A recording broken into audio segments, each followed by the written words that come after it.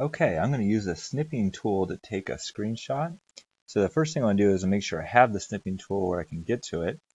On my screen, it is this little scissor icon at the bottom.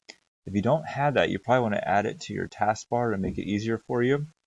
So if you go to the Windows button in the bottom left-hand corner, it'll show all your programs. So you're going to scroll to the S's, and this one is called Snip and Sketch.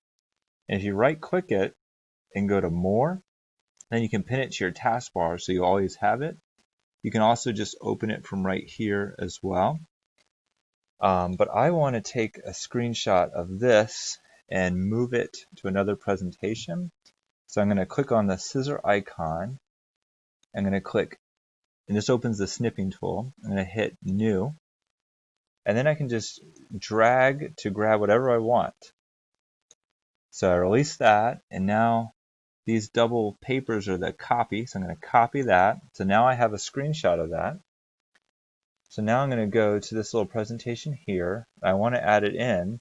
So I can either do Control V or I can do right click and paste it. And so that's a real helpful tool, the snipping tool for screenshotting. The end. I can't stop the video. Oh, there we go.